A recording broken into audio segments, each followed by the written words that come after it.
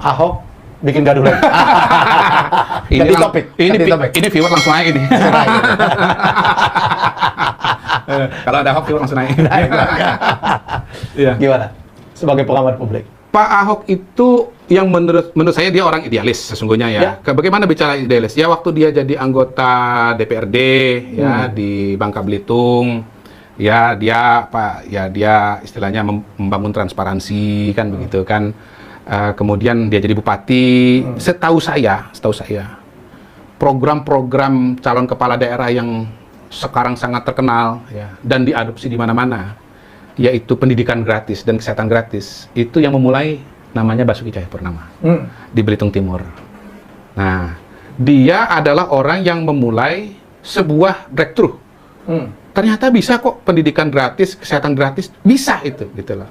Nah, ini kan persoalan yang sangat fundamental menurut saya, karena telah mengubah struktur APBD, ya. Biasanya 70% anggaran itu untuk rutin. Ya. Baru 30% pembangunan, gitu. Tapi sekarang ternyata anggaran pembangunan bisa lebih besar. Bahkan bisa berbalik tuh, anggaran pembangunan 70%, 30% anggaran rutin. Ya, salah satu yang memulai breakthrough itu adalah Ahok. Karena itu saya ingat, waktu Ahok menjadi Bupati Belitung Timur, nama dia itu sudah mulai melambung ke tingkat nasional. Orang Sulawesi sudah kenal dengan Ahok. Kenapa? Program pendidikan gratis dan kesehatan gratis. Nah, itu sebabnya dia sangat populer di Belitung, ya, dan di Bangka Belitung. Saya katakan dia sangat populer karena begini, sebetulnya kalau dia timingnya lebih awal saja 3 bulan maju calon gubernur Bangka Belitung, dia menang waktu itu.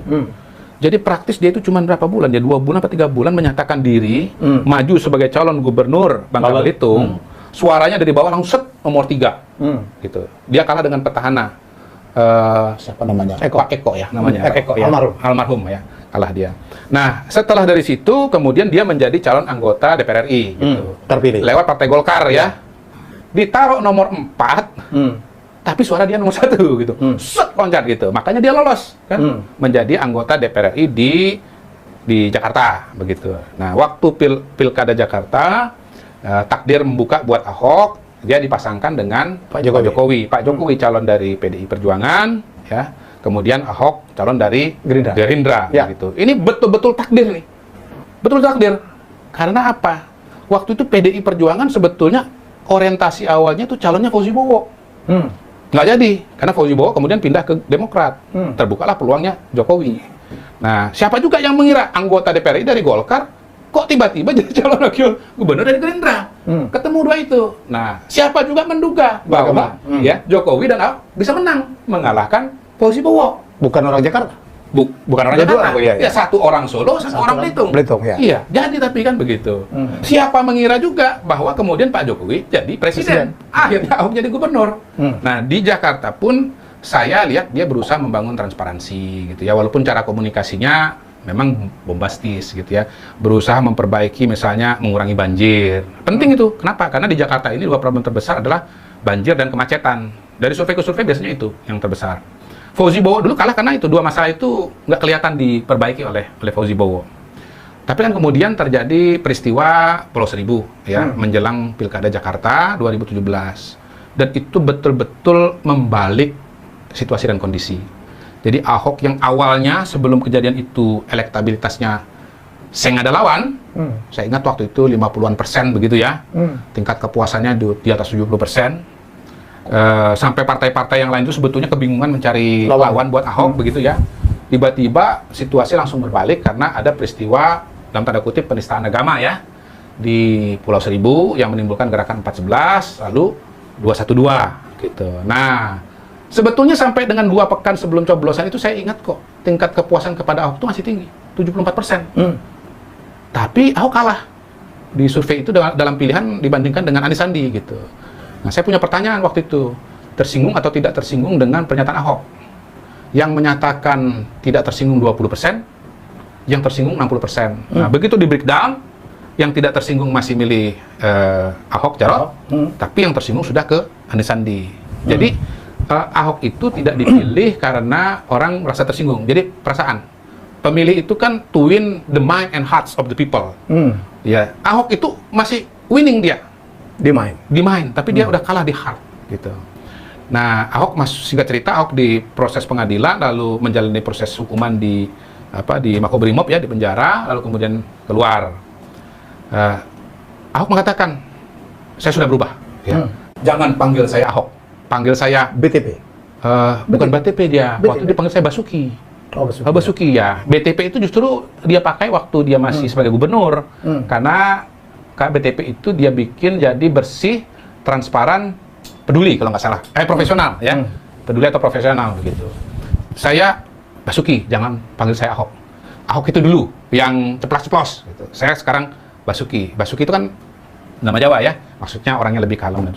Cuman kan saya melihat beberapa pernyataan beliau, lalu ada rencana-rencana yang saya dengar yang sebagian tidak terpublikasi gitu, tapi saya dengar gitu. Saya mengatakan Ahok tidak berubah gitu. Nah, termasuk terutama statement beliau tentang pembubaran BUMN. Jadi waktu pilkada Jakarta itu, setelah selesai quick count di salah satu stasiun televisi dan hasil quick count menunjukkan bahwa dia kalah, oleh anchor, host, oleh presenter saya ditanya, bagaimana dengan nasib Ahok ke depan? Saya bilang kayaknya kalau untuk pemilihan langsung seperti ini, kayaknya Ahok nggak bisa. Karena Ahok ini istilahnya bagus kerjanya, buruk komunikasinya gitu. Mungkin kalau dia harus yang ditunjuk gitu, bukan dipilih, tapi ditunjuk. Misalnya seperti menteri. Tapi waktu saya pulang, ini masih 2017 nih, saya berubah pikiran. Kayaknya jadi menteri pun juga nggak cocok. Karena menteri itu jabatan publik. Jabatan publik itu adalah jabatan atau pekerjaan yang kerja harus bagus, komunikasi juga harus bagus. Karena pekerjaan bagus, kalau komunikasi buruk, itu rusak. Gitu. Contohnya siapa? Ahok sendiri. Gitu. Nah, karena itu kesimpulan saya bahwa Ahok itu cuma tepat di ranah swasta, di perusahaan swasta. Nggak cocok yang punya jabatan publik atau berinteraksi dengan publik. Dilalah tahu-tahu ditunjuk sebagai komisaris utama Komut di Pertamina.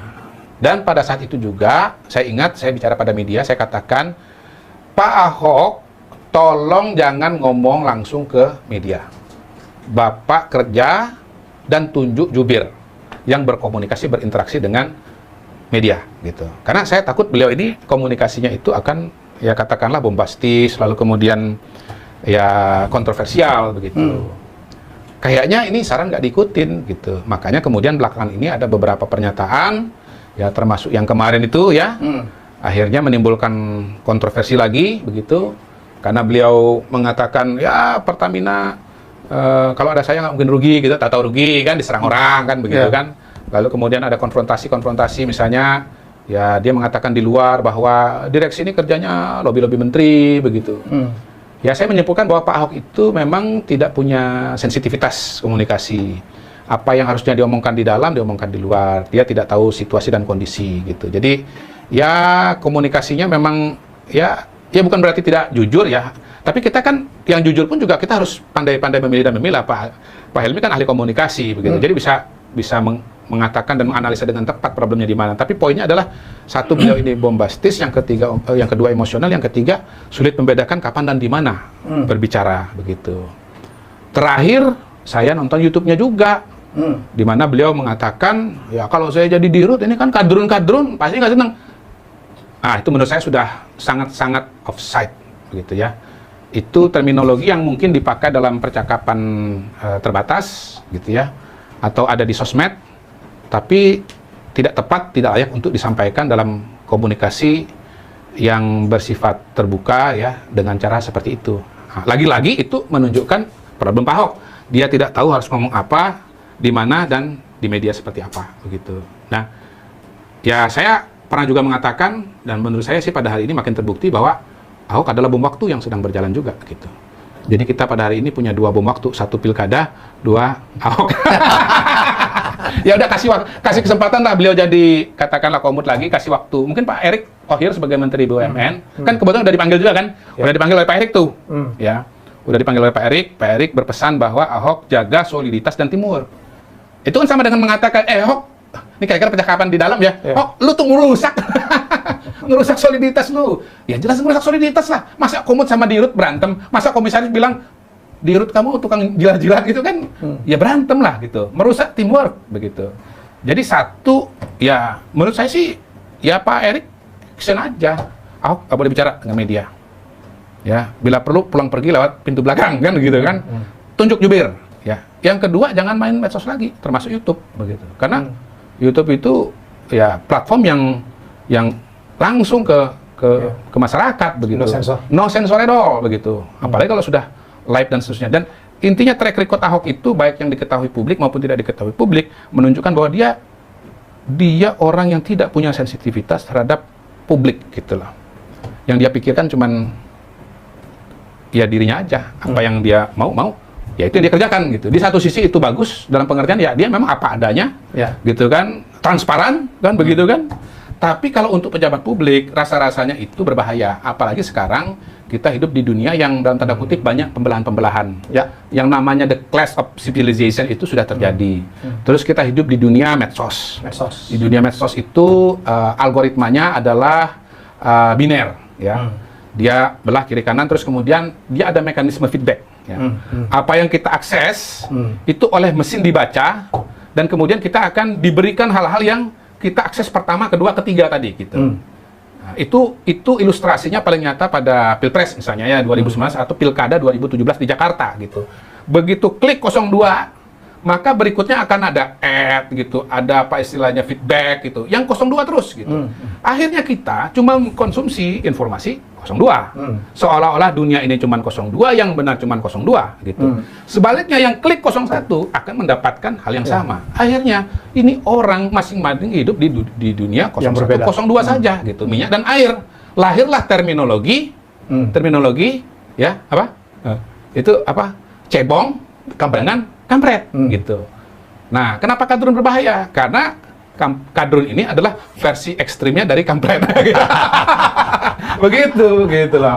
Membelah itu kalau orang, kenapa sih kadrun jadi membelah? Ya ini penjelasannya gitu.